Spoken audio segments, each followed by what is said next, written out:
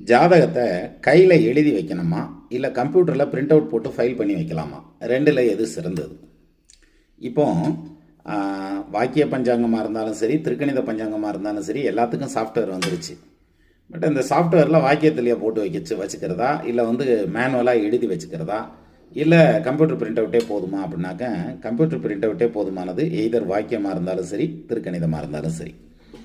என்ன காரணம் அப்படின்னாக்க, நீங்கள் மேனுவலாக எழுதுறதுங்கிறது கம்ப்யூட்டரில் கொடுக்குற டீட்டெயில் அவ்வளோ டீட்டெயிலாக எழுத முடியாது. எழுதுறோம்னு வைங்க, எப்படி எழுதலாம்? ஒரு 10-30 பேர் சேர்ந்து ஒரு சாஃப்ட்வேரை ரெடி பண்ணியிருப்பாங்க. இது அஸ்ட்ராலஜி சாஃப்ட்வேரை, சப்ஜெக்ட் வைஸ்.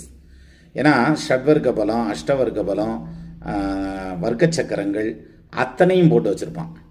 இவ்வளோத்தையும் போட்டு ஒரு ஜோசியர் உட்காந்து ஜாதகமாக எழுதுனா அப்படின்னா குறைஞ்சதாக 6 மாதமாவது எழுதணும். அதனால் பிரிண்ட் அவுட் எடுத்து வச்சுக்கிறத பற்றி ஒன்றும் தப்பு இல்லை.